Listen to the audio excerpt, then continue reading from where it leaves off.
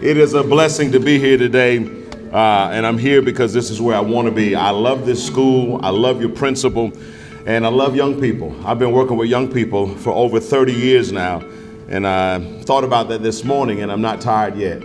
I know that young people are the future, and even though sometimes they can be a little challenging, they need us.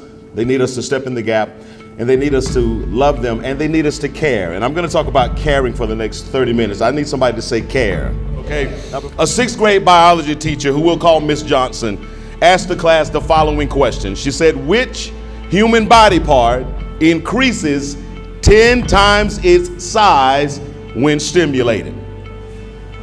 When no one answered, a student named Jessica stood up and said, Miss Johnson, shame on you. You should not be asking sixth graders a question like that. Miss Johnson looked at her and ignored her and asked the question again. Class, which human part of the body increases 10 times its size when it's stimulated? And again, nobody answered. And little Miss Jessica stood up with great indignation and said, Miss Johnson, shame on you. I'm going to tell my parents on you when I get home. And they're going to tell the principal, and you are going to get fired, I guarantee it. Miss Johnson looked at her and said, child, sit down somewhere. And she asked the class this question one more time. Class, which human body part increases 10 times its size when it's stimulated? And a little boy named Jimmy stood up and said, Miss Johnson, I think I know the answer. He said, Miss Johnson, the human body part that increases 10 times when it's stimulated is the pupil of the eye. Miss Johnson smiled and said, Jimmy, that's absolutely right. It's the pupil of the eye that increases 10 times its size when it's stimulated. Then Miss Johnson gave a stern look at Jessica and said, young lady, I have 3 things that I want to say to you. Number 1, you have a dirty mind. Number 2, you obviously didn't read your homework assignment. And number 3, may we all laugh together on this one. One day, young lady, you're going to be very, very disappointed. I guarantee it. Come on, somebody. Come on, you can clap right there now. Now, somebody didn't get it, so somebody connect the dots for your neighbor. They're trying to figure out what happened there. I want to say, Dr. Taylor, thank you for having me today. And today I want to talk about who cares. Now I'm going to say that statement, who cares, and here's the answer because I want you to get it right. The answer is I care. Let's practice. Who cares? I care. Let's try it again. Who cares? I care. That's good. Now listen, I just had a friend of mine who launched out in ministry, said he wanted to be a pastor, and I had a talk with him and I said, let me tell you something, brother. To be a pastor nowadays, you have to be able to do more than preach. I said police officers have to be able to do more than write tickets and arrest people. And believe it or not, teachers have to be able to do more than teach and retire. You know, the best pastors and the best teachers and the best police officers are what I call servant leaders. Can I get somebody just to say servant leaders? A servant leader is somebody who actually cares about the people they serve. Who cares? Now I want you to repeat this after me. Say, today's students need teachers who care beyond the traditional borders of the classroom. How many of you agree with that statement right now? Okay, I think I'm in the right place at the right time. My father loves German Shepherds. And over the years, he has purchased 3 that I can remember.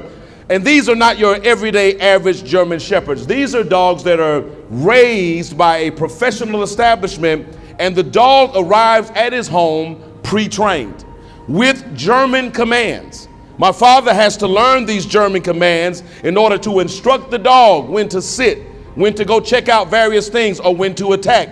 And I will tell you, my father has spent quite a bit of money on these super intelligent dogs. At his house, when you pull up in his driveway, these dogs will run to the edge of the yard and they will bark, and they'll stop suddenly at the edge and they'll just stare at you like, do you really want to get out of that car? And they'll wait until you make a decision to decide what they're going to do. I've always been amazed at how they will run to the edge of his yard full speed, and then suddenly they stop, they bark, and they stare. The question is, why do these dogs run to the edge of the yard and stop suddenly? Well, it's because they have been trained by an invisible fence that nobody can see. See, when he gets these dogs, he puts a collar around their neck and he walks them to the edge of the yard, and then he will take them over the border of the yard and they will experience an electrical shock. Now, don't call Humane Society. It's a low voltage shock. But what it does, it teaches these dogs, you can only go so far. I just said something. I don't know if you can connect the dots, but I'm going to say it again. It teaches these dogs, you can only go so far.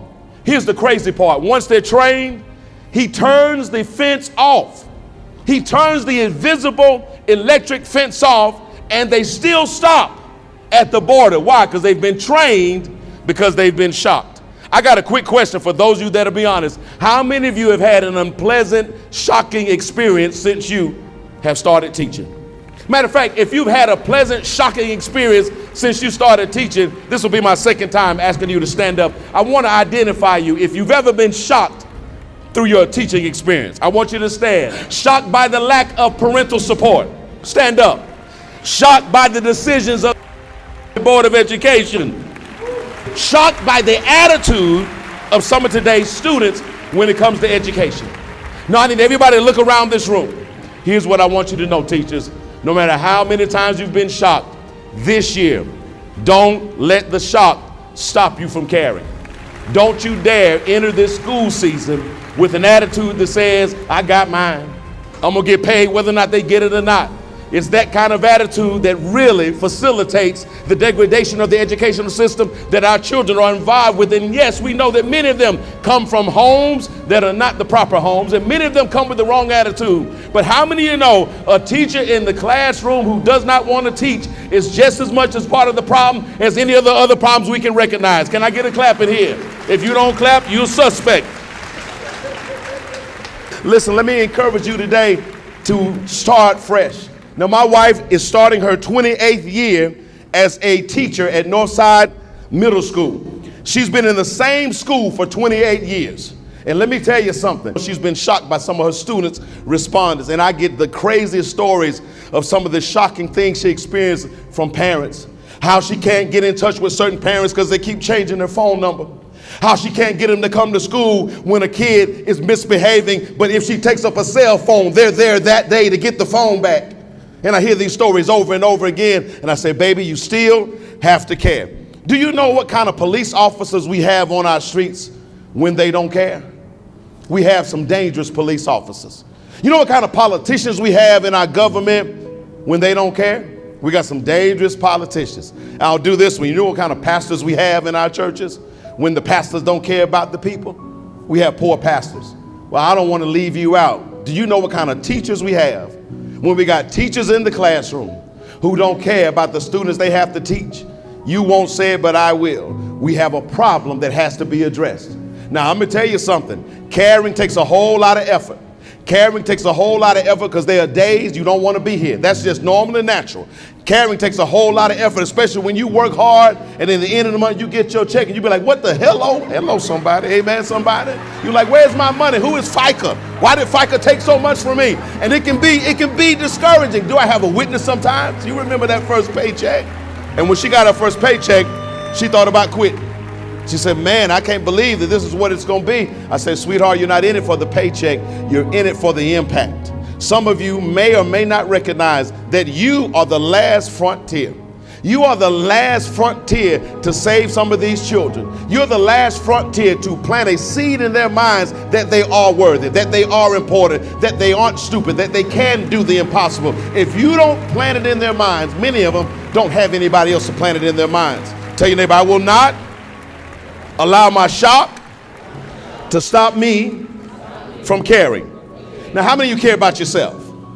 I'm not going to ask you to raise your hand, but most of you bathed this morning. Got quiet in here then. And the reason why I say most, because I just discovered that everybody doesn't bathe every day. To each his own. I'm not here to judge you, but I just discovered through the internet that some people only bathe like every other day. I didn't know this. I thought everybody bathed every day. I found out some people bathe once a week. I even found out some people only bathe once a month. To each his own. I'm not here to judge you, but let me encourage you not to go longer than a month. You do you now, but let me encourage you not to go longer than a month. Because here's what I can tell you. If you make it to a month and you haven't bathed, somebody is going to be challenged with your presence. What do you mean, Pastor Troy? Oh, you can put on your cover girl, but cover girl may not have your cover girl under your armpits. Come on, somebody. You can get a haircut, amen, but that haircut may not cover the stench that you might be walking in. I need every teacher to hear me today. You are the final frontier. Make sure when you get here, you got the right attitude. Make sure your attitude is fresh. Make sure your mind is fresh. Make sure your spirit is fresh, because you don't want a funky classroom because you're stinking it up. Oh, they late. There they go. It's a time delay. Well, Pastor Troy, you just don't know how rough it is. I've been working with kids for 30 years. I used to work in a group home where I had to deal with juvenile children who were given to us through the court to try to turn around. I'm not new to this, I'm true to this. And yes, I will be honest with you guys. Can we reach them all? Maybe not. Let's just be honest. We cannot reach them all, but here's what I know. We can reach for them all. You missed it. Yeah, let me say it again. We may not be able to reach them all, but we can reach for them all. And your job is to reach for them all. If you got into teaching because you thought you was gonna get rich, I got some swampland I want to sell you. Most people who get into teaching, why? Because they actually care. They care because they know one day you and I are going to get older than we are. I think about this a lot, guys. I'm 50 something right now. I don't want to tell all my business because I look 20 and I like to maintain that image, amen. But I'm 50 something right now, and I constantly think, Tracy, what the world is going to be like when this generation, let me scare you for a few minutes, when this generation is running the country. Oh, you got a glimpse of it right now. When you go through the drive-thru to order a number one and you ain't got your fries or a nap, you ordered a drink and they didn't give you no straw. And you're like, what's going on? You're getting a glimpse of the world that we're about to live in. Imagine when one of these kids who we don't have time to teach or we don't care about becomes the president of the United States. Now I hear what people say, well, Pastor Troy, that could never happen because in order to be the president of the United States, you have to be educated and you have to be scholastic. I digress. I don't want to mess with nobody's politics. Here's what I found out in the last 8 years. Just about anybody can become the president of the United States if you got the right connect and the right people behind you. Now what happens when Pookie and Ray Ray become the president and the vice president? What happens to the kid that you pushed to the side and said he couldn't learn becomes a police officer? And he pulls you over and he remembers you were the teacher who told him he was dumb. And you didn't say it with your words, but you said it with your lack of interest. You said it with the lack of care. You said it with the way you treated him, even though he might have deserved it, she might have deserved it. Our job is to look beyond people's faults and see what they need. Many of you would not be sitting here in this room today if somebody had not have done that for you. I'm not going to believe that I'm sitting in a room full of A+ teachers who were A+ students when they were in school. I'm not going to believe that every teacher sitting in here never got in trouble in middle school, never got in trouble in high school. If you're that teacher, God bless you. But I believe that some of us in this room were the troubled student. Do I have anybody willing to say, yeah, I had a little trouble, but somebody looked beyond my faults and saw my needs. Somebody cared about me. Care makes a huge difference. I've been married to my wife this December the 19th, 35 years. You should have clapped right there. I'll give you another chance. Let me rewind it. I've been married to my wife this December the 19th for 35 years. I used to be slow too. That's not a problem. I can work with you. Well, how did y'all make it, Pastor? Care. Because there are times she gets on my nerves. Don't tell her I said that. I've got to sleep with her tonight. And she would tell you there are times that she looks at me and says, why? But we've made it 35 years because we literally care about each other. Don't you know when you care about somebody, they can snore all night long and you still wake up and say, good morning. Come on, somebody.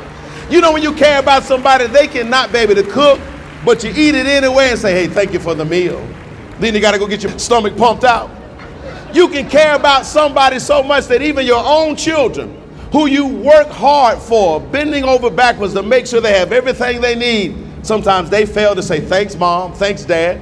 But because you care, what do? You continue to do what you're supposed to do. Here's what I want to tell you today. There is power in caring. Who cares? One more time. Who cares? Now let me tell you this. You can't reach them all, but can you reach for them all? Can you reach for them all? Will you reach for them all? Here's what I know. A teacher only reaches as far as they care. Today I want to encourage you to renew your care. I looked at the word care and I gave it an acronym. C-A-R-E. Somebody say C-A-R-E. Here's what I came up with. Compassionate, action, reaching every day. Compassionate, action, reaching every day. I want to encourage you this year to make sure that you are someone who is using compassionate action, reaching every day, not just the good students, but every student should get that care from you. If you care, let me hear you put your hands together, because I believe this is going to be one of the best years we've seen, because we've got teachers who care. Today's students need teachers who care beyond the traditional borders of the classroom. Here's the question. Who cares? I care. Who cares? I care. Look at your neighbor and say, neighbor, oh neighbor, who cares? Tell them I care. Thank you, Huntington Middle School. Let this year be a great year. You have the power to make a difference.